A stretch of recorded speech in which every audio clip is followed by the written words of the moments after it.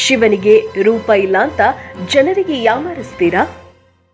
ಶಿವನಿಗೆ ಆಕಾರ ಇಲ್ಲ ಅಂತ ಹೇಳಿಬಿಟ್ಟು ನಾನ್ಯಾಕೆ ಯಾಮಾರಿಸ್ಲಿ, ನಾನ್ಯಾಕೆ ಸುಳ್ಳು ಹೇಳಲಿ? ಅದರಿಂದ ನನಗೇನು ಲಾಭ? ನಾನೇನು ಪೂಜಾರಿ, ನಾನೇನೇನು ದೇವಸ್ಥಾನ ಕಟ್ಟಿದ್ದೀನ ಸುಳ್ಳು ಹೇಳ್ಬಿಟ್ಟು ದುಡ್ಡು ಮಾಡ್ಕೊಂಡು ಜನಗಳನ್ನ ಯಾಮಾರಿಸೋದಕ್ಕೆ? ಅದರಿಂದ ನನ್ನ ಲಾಭ ಏನಿಲ್ಲ. ಹಿಂದೆ ನಮ್ಮ ದಾರ್ಶನಿಕರು ಶಿವನನ್ನು ಸಾಕ್ಷಾತ್ಕಾರ ಮಾಡ್ಕೊಂಡಂಥವ್ರು, ದೇವರನ್ನು ಸಾಕ್ಷಾತ್ಕಾರ ಮಾಡಿಕೊಂಡಂತಹ ಆ ಮಹಾತ್ಮರು, ಆ ವೇದಾತ್ಮಿಗಳು ಏನು ಹೇಳ್ಬಿಟ್ಟು ಹೋಗಿದ್ದಾರೆ, ನಾವು ಅದನ್ನೇ ಕಾಪಿ ಹೊಡಿತಾ ಇದ್ದೀವಿ ಅಷ್ಟೇ. ಇದರಲ್ಲಿ ನಮ್ಮದೇನು ಸ್ವಂತದ್ದೇನೇನೂ ಇಲ್ಲ.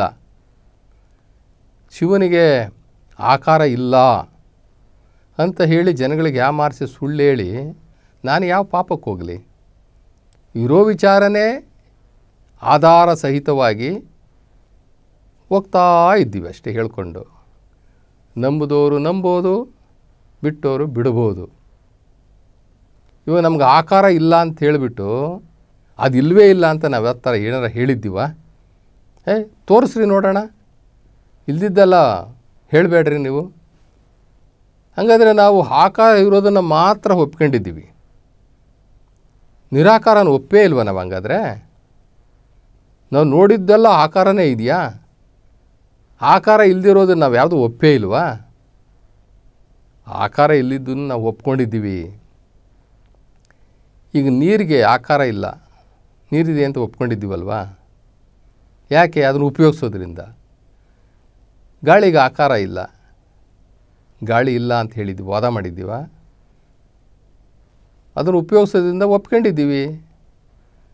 ವಾಸನೆ, ಅದು ಸುವಾಸನೆ ಇರ್ಬೋದು, ಕೆಟ್ಟ ವಾಸನೆ ಇರ್ಬೋದು, ವಾಸನೆ ಅದನ್ನು ಯಾರು ತೋರ್ಸೋಕ್ಕಾಗತ್ತಾ? ಹಂಗಂದ್ಬಿಟ್ಟು ವಾಸನೆನೇ ಇಲ್ಲ ಅಂತ ಹೇಳೋಕ್ಕಾಗತ್ತಾ? ಶಬ್ದ, ಶಬ್ದ ತೋರಿಸ್ಲಿಕ್ಕಾಗುತ್ತೆ ಯಾರಾದ್ರೂ?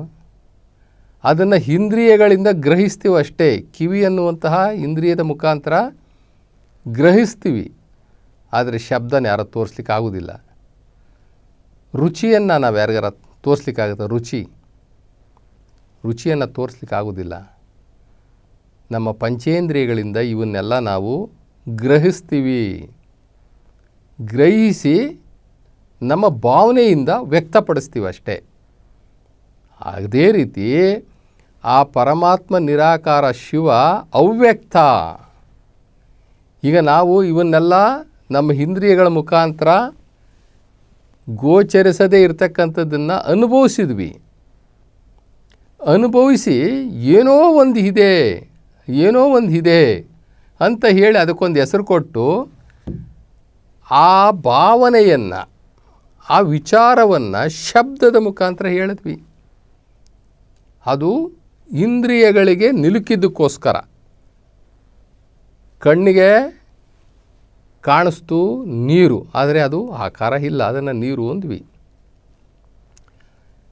ಮೈಗೆ ಟಚ್ ಆದಾಗ ಏನೋ ಸ್ಪರ್ಶ ಆಯಿತು ಚರ್ಮದ ಮುಖಾಂತರ, ಗಾಳಿ ಇದೆ ಅಂತ ಅದಕ್ಕೊಂದು ಹೆಸರು ಕೊಟ್ವಿ.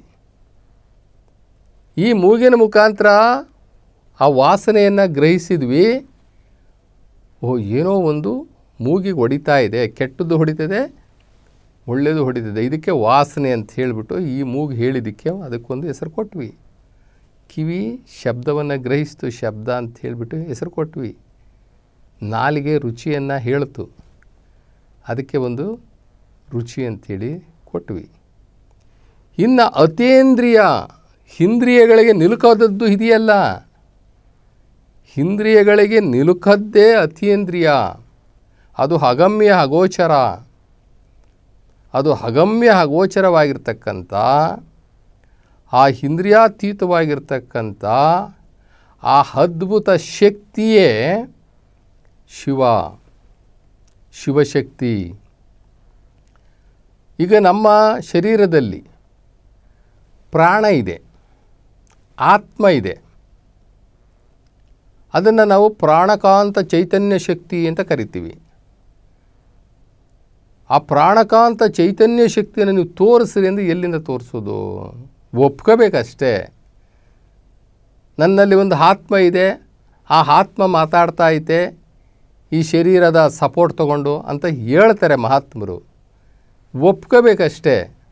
ಅದೇ ರೀತಿ ದೇವರು ಅನ್ನುವವನು ಒಬ್ಬ ಇದ್ದಾನೆ, ಅವನು ನಿರಾಕಾರ, ಅವನು ಸೃಷ್ಟಿಕರ್ತ, ಇವನು ಈ ಜಗತ್ತನ್ನೆಲ್ಲ ಅವನೇ ಮಾಡಿದ್ದು ಅಂತಂದರೆ ನಾವು ಆರ್ಗ್ಯೂ ಮಾಡ್ದಲೇ ಒಪ್ಕೋಬೇಕು, ತರ್ಕ ಮಾಡೋಕ್ಕಾಗಲ್ಲ. ಈಗ ನಾವು ಇದಕ್ಕೆ ಯಾವುದೂ ವಾದ ಮಾಡಲಿಲ್ಲ, ಎಲ್ಲರೂ ಚಾಲೆಂಜ್ ಮಾಡಿದ್ವಾ? ಗಾಳಿ ಅನ್ನೋದು ಇಲ್ಲವೇ ಇಲ್ಲ, ಚಾಲೆಂಜ್ ಮಾಡಿದ್ವಾ?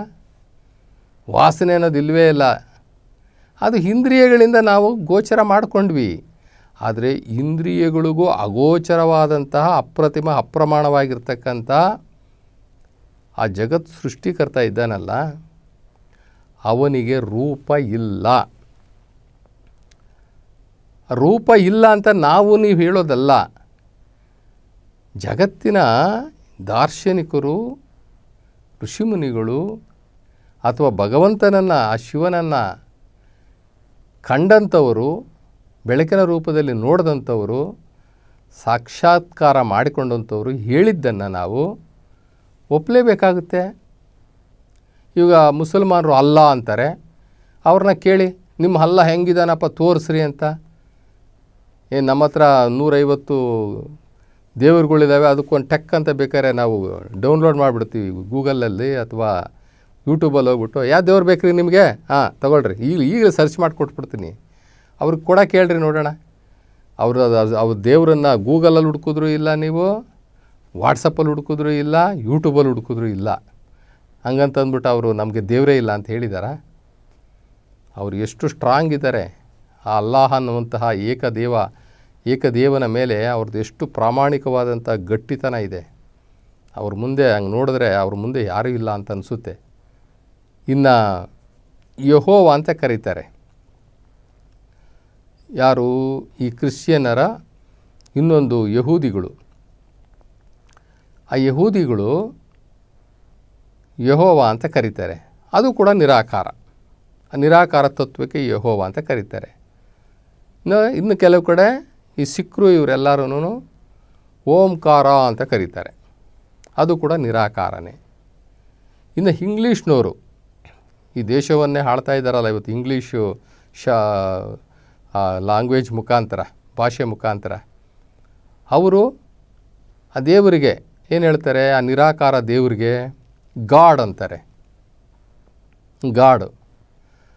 ನಿಮ್ಮ ಗಾಡ್ ಹೆಂಗಿದೇನೆ ತೋರಿಸ್ರಿ ಅಂದರೆ ಅವ್ರು ಹೇಳ್ತಾರ? Is unseen god, V cannot image it ಅಂತಾರೆ. ನಾವು ನೋಡ್ಲಿಕ್ಕೆ ಆಗೋದಿಲ್ಲಪ್ಪ ಅಂತಾರೆ. ಇನ್ನು ಅದೇ ಶಿವನಿಗೆ, ಅದೇ ನಿರಾಕಾರ ತತ್ವಕ್ಕೆ ನಮ್ಮ ಭಾರತ ದೇಶದಲ್ಲಿ ಶಿವ ಅಂತ ಕರೀತಾರೆ. ಇದರ ಒಪ್ಕೊಂಡ್ರೆ ಒಪ್ಕೊಳ್ಳಿ, ಬಿಟ್ಟರೆ ಬಿಡಿ, ನಿಮಗೆ ಬಿಟ್ಟಿದ್ದು. ಈ ಸಾಲಿನಲ್ಲಿ ಬರುವಂತಹ ಆ ನಿರಾಕಾರ ಆ ಸೃಷ್ಟಿಕರ್ತನಿಗೆ ನಮ್ಮ ಭಾರತೀಯರು ಕೊಟ್ಟಿರ್ತಕ್ಕಂಥ ಹೆಸರು ಶಿವ. ಶಿವ ಅಂತಂತಂದರೆ ಅನ್ಸೀನ್ ಗಾಡ್, ನಿರಾಕಾರ. ಅವನು ಜ್ಯೋತಿ ಸ್ವರೂಪ. ಜ್ಯೋತಿ ಸ್ವರೂಪ ಅನ್ನುವಂಥದ್ದನ್ನು ಎಲ್ಲ ಧರ್ಮಗಳು ಒಪ್ಕೊಂಡವೆ. ಅಲ್ಲಾ ನೂರ್ ಹೈ ಅಂತಾರೆ ಅವರು, ಗಾಡ್ ಈಸ್ ಲೈಟ್ ಅಂತಾರೆ. ಹಾಗೆ ನಾವು ಕೂಡ ಪ್ರತಿಯೊಂದು ಕಾರ್ಯಕ್ರಮಗಳಲ್ಲಿ ದೇವರು ಜ್ಯೋತಿಯ ಸ್ವರೂಪನಾಗಿದ್ದಾನೆ ಅಂತ ತಿಳ್ಕೊಂಡಿದ್ದಕ್ಕೋಸ್ಕರನೇ ನಾವು ಪ್ರತಿಯೊಂದು ಫಂಕ್ಷನ್ಗಳಲ್ಲಿ ದೀಪ ಹಚ್ಚಿ, ದೀಪ ಬೆಳಗಿಸಿ ಕಾರ್ಯಕ್ರಮಗಳನ್ನ ಸ್ಟಾರ್ಟ್ ಮಾಡ್ತೀವಿ. ದೀಪ ಬೆಳಗಿಸ್ರಿ ಫಸ್ಟು ಅಂತೀವಿ. ಯಾಕೆ? ಆ ನಿರಾಕಾರ ಶಿವ ಬೆಳಕಿನ ರೂಪದಲ್ಲಿದ್ದಾನೆ ಅಂತ ಹೇಳಿಬಿಟ್ಟು. ಇಲ್ಲಿ ನಮಗೆ ಪೈಪೋಟಿ ಕೊಡ್ತಾ ಇರೋದು ಯಾವುದು ಅಂತಂತಂದರೆ, ಈ ಕಾಲ್ಪನಿಕ ಶಿವ, ಯೋಗಿ ಶಿವ, ಈ ನಮ್ಮ ಪುರಾಣದಲ್ಲಿ ಬರ್ತಕ್ಕಂಥ ಪೌರಾಣಿಕ ಶಿವ, ಪಾರ್ವತಿಪತಿ ಶಿವ, ಗಂಗೆ ಪತಿ, ಗಂಗೆ ಗೌರಿ, ಗೌರೀಶಂಕರ ಶಿವ, ಈ ಶಿವ ನಮಗೆ ಪೈಪೋಟಿ ಕೊಡ್ತಾ ಇರೋದ್ರಿಂದ, ಅವನೇನು ಪೈಪೋಟಿ ಕೊಟ್ಟಿಲ್ಲ, ನಮ್ಮ ಅಜ್ಞಾನ ನಾವು ಮಾಡ್ಕೊಂಡಿದ್ದೀವಿ. ಆ ಶಂಕರನ್ನು, ಆ ಶಿವನನ್ನು ತಂದು ಈ ನಿರಾಕಾರ ಈ ಶಿವನಿಗೆ ಹೋಲಿಕೆ ಮಾಡಿ ಅವನ ಸ್ಥಾನದಲ್ಲಿ ಇವನು ಇಡೋದು, ಇವನ ಸ್ಥಾನದಲ್ಲಿ ಅವನು ಇಡೋದು, ಅವನ ಸ್ಥಾನದಲ್ಲಿ ಇವನು ಇಡೋದು, ಹಿಂಗೆ ಹಿಂಗೆ ಮಾಡಿ ಜನಗಳಿಗೆ ಯಾವ ಶಿವ ರೀ ಸರಿಯಾಗಿ ಹೇಳ್ರಿ, ಅಲ್ಲಿ ಗುಡಿಗೆ ಹೋದರೆ ಇವನೇ ಶಿವ ಅಂತಾರೆ. ನೀವು ನೋಡಿದ್ರೆ ಆ ಶಿವನೇ ಅಲ್ಲ, ಅವನು ನಿರಾಕಾರ, ಅವನಿಗೆ ರೂಪ ಇಲ್ಲ ಅಂತೀರ. ಯಾರನ್ನ ನಂಬೋದ್ರಿ? ಆ ಶಿವನ ಕೈನಲ್ಲಿ ತ್ರಿಶೂಲ ಇದೆ, ಕಪಾಲ ಇದೆ, 2 ಹೆಂಡ್ತಿದಿದ್ದಾರೆ, 2 ಮಕ್ಕಳಿದ್ದಾರೆ. ಅವನೇ ಶಿವ ಅಂತ ನಾವು ತಿಳ್ಕೊಂಡಿದ್ದೀವಿ, ಅವನೇ ಸೃಷ್ಟಿಕರ್ತ ಅಂತ ತಿಳ್ಕೊಂಡಿದ್ದೀವಿ. ನೀವು ಬೇರೆ ನಮ್ಮ ತಲೆ ತಿಂತೀರ, ಅವನಲ್ಲ, ಅವನು ನಿರಾಕಾರ ಅಂತ ಹೇಳ್ತೀರಾ. ಆಮೇಲೆ ಜಗತ್ತಿನಲ್ಲಿ ಎಲ್ಲರೂ ನಿರಾಕಾರ ದೇವರುಗಳಿದೆ ಅಂತ ಅವು ಬೇರೆ ಹೇಳ್ತೀರಾ. ಎಷ್ಟು ಕನ್ಫ್ಯೂಷನ್ ನೋಡ್ರಿ. ಅದಕ್ಕೆ ನಮ್ಮ ಆಲಮಪ್ರಭುಗಳು ಹೇಳ್ತಾರೆ, ಲಿಂಗವನ್ನರಿಯದೆ ಏನನರಿತರೂ ಫಲವಿಲ್ಲ. ಲಿಂಗವನ್ನು ಅರಿಯದೆ ಇನ್ನೇನನ್ನರಿತರೂ ಫಲವಿಲ್ಲ. ಲಿಂಗವನ್ನು ಅರಿತ ಬಳಿಕ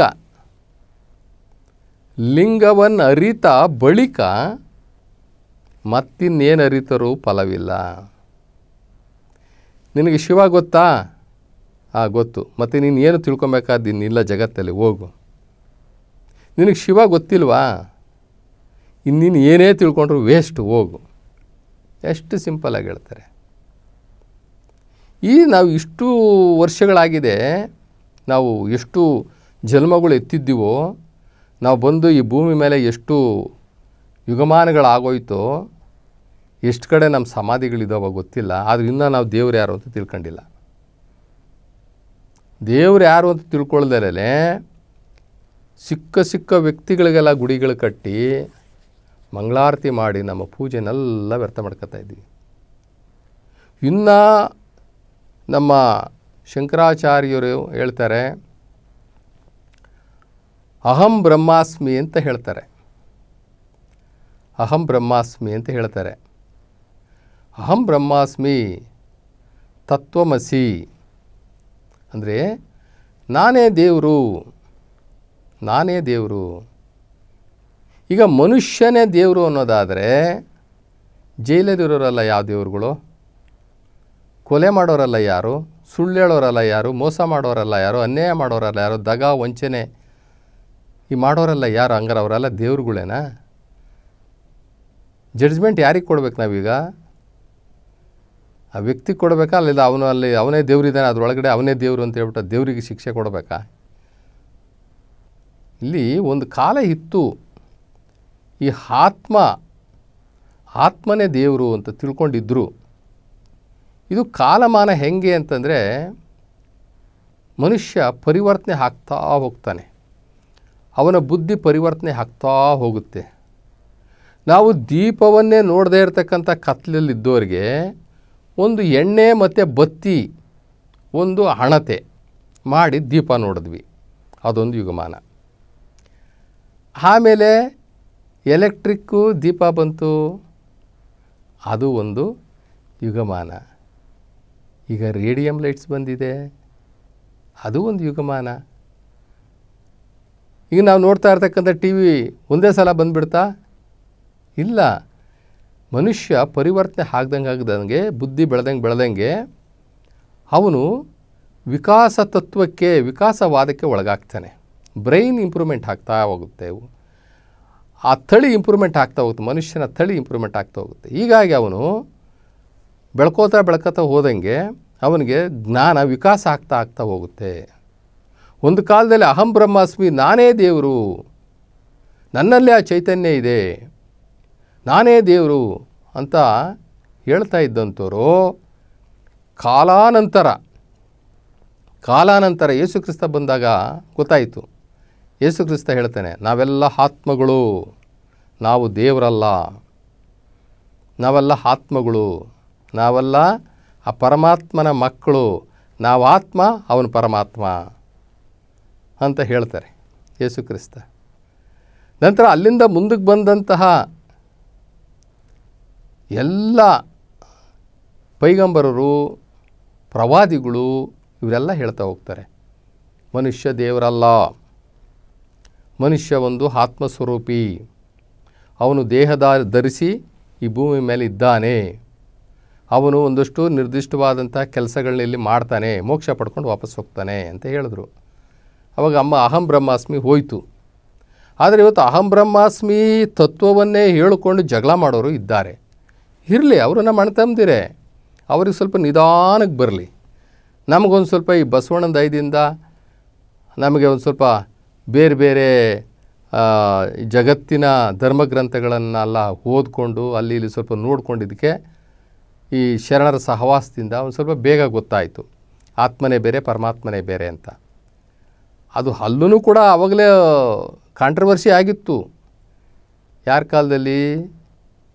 ಶಂಕರಾಚಾರ್ಯರ ಕಾಲದಲ್ಲೂ ಸಹ ಕಾಂಟ್ರವರ್ಸಿ ಆಗಿತ್ತು. ಅಲ್ಲಿ ಈ ಅದ್ವೈತದ ನಂತರ ದ್ವೈತನೂ ಬಂತು.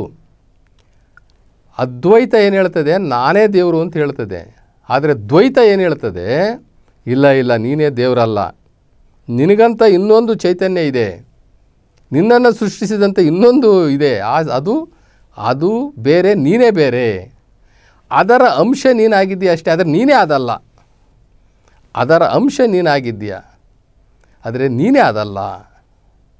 ಆದರೆ ಇದು ಹೇಳುತ್ತೆ ನೀನೇ ಅದಾಗಿದ್ದೀಯ ಅಂತ, ಅಂದರೆ ನೀನೇ ದೇವರು. ಅದಕ್ಕೆ ಅದ್ವೈತ ಅಂತೀವಿ. ದ್ವೈತ ಏನು ಹೇಳ್ತದೆ? ಇಲ್ಲ ಇಲ್ಲ ಇಲ್ಲ, ನಿನ್ನನ್ನು ಸೃಷ್ಟಿಸಿದವನು ಇನ್ನೊಬ್ಬ ಇದ್ದಾನೆ, ಅವನು ಅಖಂಡ ಪರಿಪೂರ್ಣ, ನೀನು ಅದರೊಳಗಡೆ ಒಂದು ಸಣ್ಣ ಕಿಡಿ. ಇದು ದ್ವೈತನೂ ಇತ್ತು, ಅದ್ವೈತನೂ ಇತ್ತು. ಇಲ್ಲಿ ಅದ್ವೈತ ಬೆಳಿಲಿಲ್ಲ, ದ್ವೈತ ಬೆಳಿಲಿಲ್ಲ, ಅದ್ವೈತ ಬೆಳೀತು. ಮನುಷ್ಯನಿಗೆ ಸುಲಭವಾಗಿರೋದನ್ನು ಹಿಡ್ಕೊಂಡು ಬಿಡ್ತಾನೆ.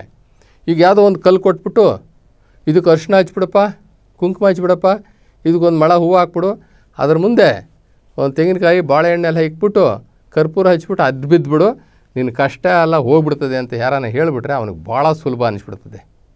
ಅದನ್ನು ಅವತ್ತು ಮಾಡೇ ಬಿಡ್ತಾನೆ ಅವನು. ಅದೇ ಅವನಿಗೆ ನೀವು ದೇವರು ಅನ್ನೋನು ಇದ್ದಾನೆ, ನಿನ್ನ ಈ ಭೂಮಿಗೆ ತಂದಿರೋನು, ಕಷ್ಟ ಅವನೇ ಕೊಟ್ಟಿರೋದು ನಿನಗೆ, ಅವನ್ನ ಸ್ವಲ್ಪ ಧ್ಯಾನ ಮಾಡು, ಕಣ್ಣು ಮುಚ್ಕೊಂಡು ಕೂತ್ಕೋ, ಅವನ್ನ ನೆನೆಸ್ಕೋ, ಮೇಲ್ಗಡೆ ಒಂದು ಬೆಳಕು, ಆ ಬೆಳಕನ್ನು ಆ ಪರಮಾತ್ಮ ಅಂತ ತಿಳ್ಕೊ, ನೀನು ಒಂದು ಆತ್ಮ ಅಂತ ತಿಳ್ಕೊ, ಧ್ಯಾನ ಮಾಡು ಅಂತಂದರೆ, ಅಣ್ಣೋ ಯಾಕೋ ತಲೆಗೆ ಹೋಗಲಿಲ್ಲ ಅಣ್ಣ, ಇನ್ನೊಂದು ಸ್ವಲ್ಪ ಸಿಂಪಲಾಗಿರೋದು ಹೇಳೋಣ. ಸಿಂಪಲಾಗಿರೋದು ಹೇಳ್ಬೇಕಾ? ಒಂದು ಬ್ಯಾಗ್ ತಗೋ, ಒಂದು 500 ರೂಪಾಯಿ ಜೋಬಲ್ಲಿ ಇಟ್ಕೋ, ಮಾರ್ಕೆಟ್ಗೆ ಹೋಗು, 5 ಥರದ ಹೂವು ತಗೋ, 5 ಥರದ ಹಣ್ಣು ತಗೋ, ಅದನ್ನು ತಗೋ, ಇದನ್ನು ತಗೋ, ರೇಷನ್ ತಗೊಂಡು ಬಾ, ಎಲ್ಲ ಒಂದು ಕಲ್ಲು ಮುಂದೆ ಹಿಕ್ಕು, ಕಲ್ಲು ಪೂಜೆ ಮಾಡು, ಅಡ್ಡ ಬೀಳು, ಅದಕ್ಕೊಂದು ಇದು ಇಡು, ಅದು ಇಡು, ಕೊನೆಗೆ ನೀವು ಸೇವನೆ ಮಾಡಿರಿ, ಸರಿ ಹೋಗ್ಬಿಡ್ತದೆ. ಸರಿಯಣ್ಣ, ಇದು ಸರಿ ಇದೆ ನನಗೆ ಅಂತಾರೆ. ಹೀಗೆ ಜನಗಳು ಮೆಂಟಾಲಿಟಿ ಇದೆಯಲ್ಲ, ಅವನಿಗೆ ಅಗೋಚರ ಅಗಮ್ಯ ಅದನ್ನು ತತ್ವ ಹೇಳಿದ್ರೆ ಫಲ್ ಕಷ್ಟ. ಅವನಿಗೆ ಈ ಇಂದ್ರಿಯಗಳಿಗೆ ತೋರುವಂಥ, ಈ ಕಣ್ಣಿಗೆ ತೋರುವಂಥ, ಈ ಕಣ್ಣಿಗೆ ಗೋಚರವಾದಂಥದ್ದು ಏನಾರು ಹೇಳಿಬಿಟ್ರೆ ತಕ್ಷಣ ಒಪ್ಕೊಂಡ್ಬಿಡ್ತಾನೆ. ತೋರದೇ ಇರುವಂಥದ್ದನ್ನು ಹೇಳಿದ್ರೆ ಒಪ್ಪಲ್ಲ ಅವನು. ತೋರುವಂಥದ್ದೇ ಹೇಳಬೇಕು ಅವನಿಗೆ, ಕಾಣುವಂಥದ್ದೇ ಹೇಳಬೇಕು. ಕಾಣದೇ ಇರುವಂಥದ್ದನ್ನು ಹೇಳಿದ್ರೆ ಅಷ್ಟು ಸುಲಭನಾಗಿ ಅವನ ತಲೆ ಒಳಕ್ಕೆ ಹೋಗಲ್ಲ. ಅದಕ್ಕೋಸ್ಕರ ನಂತರ ಬಂದಂಥವ್ರು ಏನು ಮಾಡಿದ್ರು ಅಂತಂದರೆ, ಅವನೇನು ಒಪ್ಕೊತಾನೋ ಹಂಗೆ ಮಾಡೋಕ್ಕೆ ಶುರು ಮಾಡಿದ್ರು. ಅವನು ಏನು ಕೇಳಿದ್ರೆ ತಕ್ಷಣತೆ ಒಪ್ಕೋತಾನೆ, ಅದನ್ನೇ ಮಾಡೋಕ್ಕೆ ಶುರು ಮಾಡಿದ್ರು. ಅದಕ್ಕೋಸ್ಕರನೇ ಕಂಡಿದ್ದನ್ನೆಲ್ಲ ದೇವ್ರು ಮಾಡಿದ್ರು, ನೋಡಿದ್ದನ್ನೆಲ್ಲ ದೇವ್ರು ಮಾಡಿದ್ರು, ಅಂದ್ಕೊಂಡಿದ್ದನ್ನೆಲ್ಲ ದೇವ್ರು ಮಾಡಿದ್ರು. ಅದಕ್ಕೊಂದು ಆಕಾರ ಕೊಟ್ಟರು, ಅದಕ್ಕೊಂದು ರೂಪ ಕೊಟ್ಟರು, ಅದಕ್ಕೆ ಗಂಡ ಇದೆ, ಹೆಂಡತಿ ಇದೆ, ಮಕ್ಕಳಿದೆ ಅಂತ ಎಲ್ಲ ಪುರಾಣದಲ್ಲಿ ಬರೆದ್ರು, ದೇವ್ರುಗಳ್ನ ಮಾಡಿದ್ರು, ಅವ್ರುಗಳ ಕೈ ಕೊಟ್ಟರು. ಆನಂದ ಆಗೋಯ್ತು. ಏನ್ರಿ ಎಷ್ಟು ದೇವ್ರುಗಳ್ರಿ, ನಮ್ಮ ಮನೆ ತುಂಬ ದೇವ್ರುಗಳೇ, ನಮ್ಮ ತವ್ರ ಮನೆ ಕಡೆಯಿಂದ ಒಂದಷ್ಟು ದೇವ್ರುಗಳ, ನಮ್ಮ ಗಂಡನ ಮನೆ ಕಡೆಯಿಂದ ಒಂದಷ್ಟು ದೇವ್ರುಗಳ, ನಮ್ಮ ಅತ್ತೆ ಮನೆ ಕಡೆಯಿಂದ ಒಂದಷ್ಟು ದೇವ್ರುಗಳ. ಅಯ್ಯೋ, ನಮ್ಮಷ್ಟು ಪುಣ್ಯವಂತರು ದೇವ್ರು ಸಂಪಾದನೆ ಮಾಡಿರೋದಲ್ಲಿ ಯಾರ್ಯಾರೂ ಇಲ್ಲ ರೀ. ನಮ್ಗೆ ಅದೇ ಒಂದು ದೊಡ್ಡ ಸಂಪತ್ತು ರೀ ಅಂತವೆ. ಇಂಥವ್ರಿಗೆ ನಾವು ನಿರಾಕಾರ ತತ್ವನ ಹೇಳ್ಕೊಂಡು ಕೂತ್ಕೊಂಡ್ರೆ ಎಲ್ಲಿಂದ ಸಾಧ್ಯ ಆಗುತ್ತೆ? ಆದ್ರೂ ಕೂಡ 12ನೇ ಶತಮಾನದಲ್ಲಿ ಬಸವಣ್ಣವ್ರು ಬರ್ತಾರೆ. 12ನೇ ಶತಮಾನದಲ್ಲಿ ಬಂದು ಯೇಸು ಕ್ರಿಸ್ತ ಹೇಳಿರ್ತಾರಲ್ಲ, ಅಥವಾ ಭಗವಾನ್ ಬುದ್ಧ ಒಂದು ಚೈತನ್ಯ ಇದೆ ಅಂತ ಹೇಳಿರ್ತಾರಲ್ಲ, ಅದನ್ನೆಲ್ಲ ಕ್ರೋಢೀಕರಿಸಿ ಅವರು ಈ ಅಲ್ಲಾಹನ ಬಗ್ಗೆ ಏನು ಹೇಳಿದರು ಇವೆಲ್ಲವನ್ನು ಕೂಡ ವೇದಗಳಲ್ಲಿ ಓದಿದ್ರು, ಉಪನಿಷತ್ತುಗಳಲ್ಲಿ ಓದಿದ್ರು. ವೇದಗಳಲ್ಲಿ ಮತ್ತು ಉಪನಿಷತ್ತುಗಳಲ್ಲಿ ತಿಳ್ಕೊಂಡಿದ್ದಂಥ ಬಸವಣ್ಣನವರು ಆ ನಿರಾಕಾರ ಶಿವನನ್ನು ಜನಗಳಿಗೆ ತಿಳಿಸುವಂತಹ ಪ್ರಯತ್ನ ಮಾಡಿದ್ರು, ಸಕ್ಸಸ್ಸು ಕೂಡ ಆದರು. ಅಲ್ಲಿ ಒಂದು ಡಿಫ್ರೆನ್ಸ್, ನಮ್ಮ ಶರಣರು ಅವರೇನು ದೊಡ್ಡ ಗ್ರ್ಯಾಜುಯೇಟ್ಸ್ ಅಲ್ಲ, ಅವರು ಶಾಲೆಗಳಿಗೆ ಹೋಗಿಲ್ಲ, ಅವರೇನು ಸಂಸ್ಕೃತ ಕಲ್ತಂಥ ಪಂಡಿತರ, ಅವರೆಲ್ಲ ಆಗಮಗಳನ್ನೆಲ್ಲ ಓದ್ಕೊಂಡು ಬಿಟ್ಟಿದ್ರಾ? ಇಲ್ಲ. ಅವರಿಗೆ ಸ್ವಯಂ ಜ್ಞಾನ, ಸ್ವಯಂ ಪರಿವರ್ತನೆ, ಒಳಗಡೆಯಿಂದ ಅವರಿಗೆ ಜ್ಞಾನೋದಯ ಆಯಿತು. ಜ್ಞಾನ, ಆ ಜ್ಞಾನ ಅಂತಕ್ಕಂಥದ್ದು ಯಾರು ಬೇಕಾದ್ರೂ ಪಡಿಬೋದು, ಆದರೆ ಸಾಧನೆ ಬೇಕು. ಅಂಥ ಸಾಧನೆಯನ್ನು ನಮ್ಮ ಶರಣರು ಮಾಡಿದರು. ಶರಣರೊಬ್ಬರು ಬರೀತಾರೆ, ಈ ಶಿವನೇ ಬೇರೆ ಆ ಶಿವನೇ ಬೇರೆನಪ್ಪ, ಕನ್ಫ್ಯೂಷನ್ ಮಾಡ್ಕೊಂಬೇಡಿ ಅಂತ ಹೇಳ್ತಾರೆ. ಅವತ್ತಿಗೆ 12ನೇ ಶತಮಾನದಲ್ಲೇ. ಆದರೂ ಇವೆಲ್ಲ ಚಾಲನೆಗೆ ಬರಲಿಲ್ಲ, ಇವೆಲ್ಲ ಬೆಳಕಿಗೆ ಬರಲಿಲ್ಲ ಈ ವಚನಗಳು. ಅಸುರ ಮಾಲೆಗಳಿಲ್ಲ, ನೀವೇನು ಶಿವ ಅಂತ ಕರಿತೀರಲ್ಲ, ಆ ಶಿವನಿಗೆ, ಆ ಶಿವನೇ ಬೇರೆ ಈ ಶಿವನೇ ಬೇರೆ. ಈಗ ನಾವು ಆ ನಿರಾಕಾರ ಶಿವನಿಗೆ, ಈ ಶಿವನಿಗೆ ಇರೋ ರೀತಿಯಲ್ಲಿ ಅಸುರ ಮಾಲೆಗಳಿಲ್ಲ. ರುದ್ರಾಕ್ಷಿ ಮಾಲೆಗಳು, ಈಗ ಇರ್ತಕ್ಕಂಥ ಪಾರ್ವತಿಪತಿ ಶಂಕರಂಗೆ ರುದ್ರಾಕ್ಷಿ ಮಾಲೆಗಳಿರ್ತವೆ. ಆಮೇಲೆ ಯಾವುದೋ ರುಂಡಗಳನ್ನೆಲ್ಲ ಹಾಕ್ಕೊಂಡು ಬಿಟ್ಟಿರ್ತಾರೆ, ರುಂಡಮಾಲ ಅಂತ ಹಾಕ್ಕೊಂಡಿರ್ತಾನೆ. ತ್ರಿಶೂಲ ಡಮರುಗವಿಲ್ಲ, ತ್ರಿಶೂಲ ಡಮರುಗ ಇರ್ತಕ್ಕಂಥವನು ಶಿವನಲ್ಲ. ಅಸುರ ಮಾಲೆಗಳನ್ನು ಹಾಕ್ಕೊಂಡಿರ್ತಕ್ಕಂಥವನು ಶಿವನಲ್ಲ. ಬ್ರಹ್ಮ ಕಪಾಲವನ್ನು ಕೈಯಲ್ಲಿ ಹಿಡ್ಕೊಂಡಿರ್ತಾನಲ್ಲ, ಆ ತ್ರಿಶೂಲದ ಜೊತೆಗೆ ಅವನು ಕೂಡ ದೇವನಲ್ಲ, ಅಂದರೆ ಶಿವನಲ್ಲ. ಭಸ್ಮಭೂಷಣನಲ್ಲ, ವೃಷಭ ವಾಹನನಲ್ಲ, ಅಂದರೆ ನಂದಿ ಮೇಲೆ ಕೂತ್ಕೊಂಡು ಹೋಗುವಂಥವನಲ್ಲ. ಋಷಿಯ ಮಗಳೊಡನೆ ಇದ್ದಾತನಲ್ಲ. ದಕ್ಷಬ್ರಹ್ಮನ ಮಗಳು ಪಾರ್ವತಿ, ಆ ಪಾರ್ವತಿಯ ಗಂಡ ಅಲ್ಲ. ಋಷಿಯ ಮಗಳ ಜೊತೆ ಇದ್ದಾತನಲ್ಲ. ಲಿಂಗರೂಪಿ ಆ ಶಿವ, ಆ ಲಿಂಗರೂಪಿ ಶಿವನಿಗೆ ರೂಪ ಇಲ್ಲ ಅಂತ ಹೇಳ್ತಾರೆ. ಆ ಲಿಂಗರೂಪಿ ಶಿವನಿಗೆ ರೂಪ ಇಲ್ಲ. ಅಂಬಿಗರ ಚೌಡ ಹೇಳ್ತಾರೆ ಇವು ಮಾತನ್ನು. ಏನು ರೀ, ಲಿಂಗರೂಪಿ ಶಿವನಿಗೆ ರೂಪ ಇಲ್ಲ ಅಂತೀರಾ ಅಂತಂದರೆ, ಲಿಂಗ ಅದು ರೂಪ ಅಲ್ಲ, ಅದೊಂದು ಕುರುಹ ಅಷ್ಟೇ, ಅದಕ್ಕೆ ಯಾವುದೇ ಅಂಗಾಂಗಗಳಿಲ್ಲ. ಅದೊಂದು ಬ್ರಹ್ಮಾಂಡ ಗೋಳಾಕಾರವಾಗಿರ್ತಕ್ಕಂಥ ಬ್ರಹ್ಮಾಂಡ. ಅದರಿಂದ ಅದನ್ನು ನಾವು ಯಾವುದೇ ಕಾರಣಕ್ಕೆ ರೂಪ ಅಂತ ಹೇಳೋದಿಲ್ಲ, ಅದೊಂದು ಆಕಾರ ಅಂತ ಹೇಳೋದಿಲ್ಲ. ಇನ್ನು ಅಕ್ಕ ಮಹಾದೇವಿ ಪಾಪ 18ನೇ ವಯಸ್ಸು, ಆ ತಾಯಿಗೆ 18ನೇ ವಯಸ್ಸಲ್ಲಿ ಆ ನಿರಾಕಾರ ತತ್ವ, ನಿರಾಕಾರ ಶಿವ, ಆ ನಿರಾಕಾರ ಆ ಸೃಷ್ಟಿಕರ್ತ, ಆ ನಿರಾಕಾರ ಈ ಜಗತ್ತಿನ ಒಡೆಯ 16ನೇ ವಯಸ್ಸಲ್ಲೇ ಅಕ್ಕ ಮಹಾದೇವಿ ಗೊತ್ತಾಯಿತು ಅಂದರೆ ನಮಗಿನ್ನೂ ಗೊತ್ತಾಗಿಲ್ಲ. ನಮ್ಮಂಥವ್ರಿಗೆ ಇಷ್ಟು ಲೇಟಾಗಿ ಗೊತ್ತಾಯ್ತಾ ಅಂತ ಅನಿಸುತ್ತೆ ನಮಗೆ. ಅಕ್ಕ ಹೇಳ್ತಾಳೆ, ಸಾವಿಲ್ಲದ ಕೇಡಿಲ್ಲದ ರೂಪಿಲ್ಲದ ಚೆಲುವಂಗೆ ನಾನು ಒಲಿದೆ. ಆ ದೇವರಿಗೆ ಅವನು ಹುಟ್ಟು ಸಾಯೋದಿಲ್ವಂತೆ, ಅವನು ಕೆಡೋದಿಲ್ವಂತೆ, ಅಂದರೆ ಹುಟ್ಟಿಲ್ಲ ಅಂದರೆ ಅವನು ಸಾಯೋದಿಲ್ಲ ಅಂತೆ. ಅವನಿಗೆ ರೂಪ ಇಲ್ಲದೆ ಇರತಕ್ಕಂಥ ಚೆಲುವ, ಅಂತಹ ಆ ಚೆಲುವನಿಗೆ ನಾನು ಒಲಿದೆ ತಾಯಿ. ಎಡೆಯಿಲ್ಲದ ಕಡೆ ಇಲ್ಲದ, ಅವನಿಗೆ ಯಾವುದೇ ಅಡೆತಡೆ ಇಲ್ಲ, ಅಂತ್ಯ ಇಲ್ಲ, ಅವನಿಗೆ ಇದೇ ಬೌಂಡ್ರಿ ಅಂತ ಇಲ್ಲ. ತೆರ ಇಲ್ಲದ, ಕುರುಹಿಲ್ಲದ, ಅವನಿಗೆ ಕುರುಹು ಇಲ್ಲ. ಈಗ ನಾವಾದರೂ ಲಿಂಗ ಆ ಶಿವನ, ನಿರಾಕಾರ ಶಿವನ ಕುರುಹು ಅಂತ ಹೇಳ್ತೀವಿ. ಇಲ್ಲಿ ಅಕ್ಕ ಹೇಳ್ತಾರೆ ನೋಡಿದ್ರೆ ಆತನಿಗೆ ಕುರುಹೇ ಇಲ್ಲ, ಜೊತೆಗೆ ಅವನಿಗೆ ಕುಲ ಸೀಮೆಗಳೇ ಇಲ್ಲ. ಭಯವಿಲ್ಲದ ಭವವಿಲ್ಲದ, ಒಳ್ಳೆಯ ಶಬ್ದ ಇದು. ಅವನು ಭವವಿಲ್ಲದ ಅಂದರೆ ಅವನು ಹುಟ್ಟಿ ಸಾಯೋದಿಲ್ಲ, ಅವನಿಗೆ ಭವಬಂಧನವಿಲ್ಲ. ಹುಟ್ಟಿದ ಮೇಲೆ ಸಾಯಬೇಕು, ಸತ್ತ ಮೇಲೆ ಮತ್ತೆ ಹುಟ್ಟಬೇಕು. ಭವಬಂಧನದ ಚಕ್ರ, ಆ ಚಕ್ರದಲ್ಲಿ ಬರುವಂಥವನು ಅವನು ನಮ್ಮ ಶಿವ ಅಲ್ಲ. ಯಾರು ಅಂತಂದರೆ ಇವನು ಬರ್ಬೋದಷ್ಟೇ, ಆದರೆ ನಮ್ಮ ನಿರಾಕಾರ ಶಿವ ಬರೋದಿಲ್ಲ. ಅಂತಹ ಚೆಲುವಂಗೆ ನಾನು ಒಲಿದಿದ್ದೇನೆ, ಹುಟ್ಟಿಲ್ಲ, ಅವನಿಗೆ ಸಾವಿಲ್ಲ. ಅಂತಹ ಗಂಡ, ನನ್ನ ಗಂಡ ಅಂದರೆ ನನ್ನ ಮಾಲೀಕ, ನನ್ನ ಆತ್ಮದ ಮಾಲೀಕ. ಅಂತಹ ದೇವನಿಗೆ ನಾನು ಒಲಿದಿದ್ದೇನೆ ಅಂತ ಅಂದಾಗ ಕೇವಲ 18-19 ವರ್ಷದ ಅಕ್ಕ ಮಹಾದೇವಿಗೆ ಆ ವೈರಾಗ್ಯ ನಿಧಿ ಅಕ್ಕ ಮಹಾದೇವಿಗೆ ಇಂತಹ ಒಂದು ಸತ್ಯ ದೇವರು ನಿರಾಕಾರವಾಗಿದ್ದಾನೆ ಅಂತಕ್ಕಂಥ ಆ ಸತ್ಯ ಅರ್ಥ ಆಗಿತ್ತು ಎನ್ನುವಂಥದ್ದೇ ಒಂದು ಅದ್ಭುತ. ಅಂತಹ ತತ್ವವನ್ನು, ಅಂತಹ ಶಿವತತ್ವವನ್ನು ನಾವೆಲ್ಲರೂ ಕೂಡ ಪ್ರಾಕ್ಟೀಸ್ ಮಾಡಬೇಕು. ಹಂತವಾಗಿ ನಾವು ನೋಡ್ಕೊಳ್ಬೇಕು. ಬಂಧುಗಳೇ, ಏನೇ ಇರಲಿ, ಈ ಅರ್ಧನಾರೇಶ್ವರ ಅನಿಸ್ಕೊಂಡಿರ್ತಕ್ಕಂಥ ಈ ಜಟಾಜುಟನ ಆಗಿರ್ತಕ್ಕಂಥ ಈ ಪಾರ್ವತೀಪತಿ ಅವನು ಆಕಾರದ ವ್ಯಕ್ತಿ. ಅವನ ಹೆಸರು ಶಂಕರ. ಅದರಿಂದ ನಿಜವಾದಂತಹ ರೂಪ ಇಲ್ಲದೆ ಇರತಕ್ಕಂಥ ಆ ಶಿವನನ್ನು ನಾವು ನಂಬಿಕೊಂಡ್ರೆ ನಾವು ನಿಜವಾದಂತಹ ದೇವರನ್ನು ನಾವು ಹಿಡ್ಕೊಂಡಂಗೆ ಆಗುತ್ತೆ. ನಾವೆಲ್ಲರೂ ಪ್ರಯತ್ನ ಪಡೋಣ.